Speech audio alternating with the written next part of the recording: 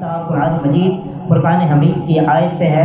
तो अल्लाह ताला कसम उठा रहा है वल फज्र, कसम है सुबह की, कसम है सुबह की, वलयालिन अश्र, और आगे अल्लाह ताला फरमाते हैं कसम है 10 रातों की, 10 रातों की कसम है। पहले अल्लाह ताला ने सुबह की कसम खाई, फिर 10 रातों की कसम खाई, फिर अल्लाह ताला फरमाते हैं वश्शफ़ी वल वत्र, और कसम है ताक और जुफ्त की, जुफ्त। और इस हदीस के रावी हैं, फरमाते हैं कि करीम आका अलैहिस्सलातु वस्सलाम का फरमाने आलीशान है। तो अल्लाह ताला ने जो कुरान मजीद में जुफ्त और ताक की कसम खाई है, इससे मुराद, जुफ्त से मुराद जो है वो ईद का दिन है, क्योंकि ईद किस तारीख को आती है?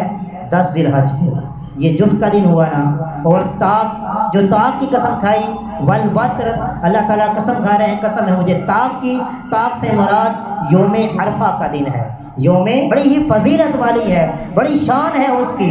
तो अल्लाह खालिक़ कायनात ने कसम खाई 10 रातों की, जिससे ये मालूम हुआ कि ज़िलहज्जा की 10 पहली रातें बड़ी ही शान वाली हैं, बड़ी ही अज़मत वाली है। इसलिए तो अल्लाह ताला ने इनकी कसम खाई, और कुरान मजीद में अल्लाह ताला ने इस कसम का जिक्र भी किया, वलयालिन अश्र, कसम है मुझे 10 रातों की। ये रातें कौन सी रातें हैं?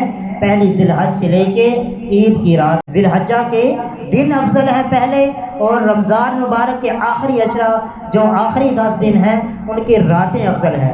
दिन क्यों अफजल है ज़िलहज के? कि इसमें यौम अरफा का दिन आता है, हज का दिन आता है, इसलिए ये दिन बड़े ही अफजल हैं बाकी दिनों में। और रमज़ान मुबारक की रातें क्यों अफजल हैं?